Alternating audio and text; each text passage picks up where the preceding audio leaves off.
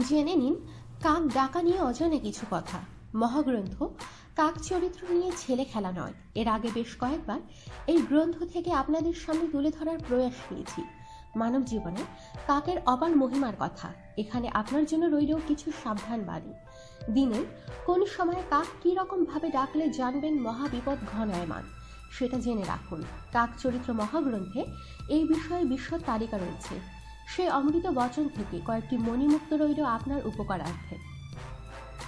দিনের দ্বিতীয় খণ্ডে যদি কাক অগ্নিকোণ থেকে অয় অয় করে শব্দ করে, তবে জানবেন আপনি শীঘ্রই কোনো শোক পেতে চলেছেন।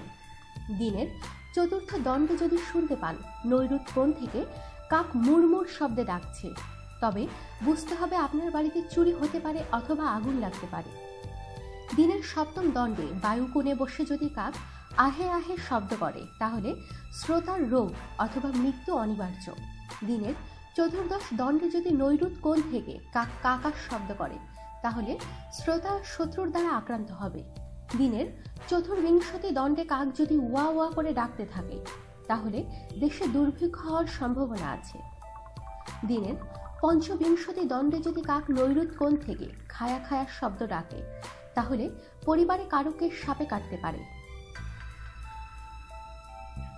প্রসঙ্গত, ভারতীয় সময়কল্পে এক দণ্ড সমান 48 মিনিট। আমাদের সাথেই থাকুন, সাবস্ক্রাইব করুন।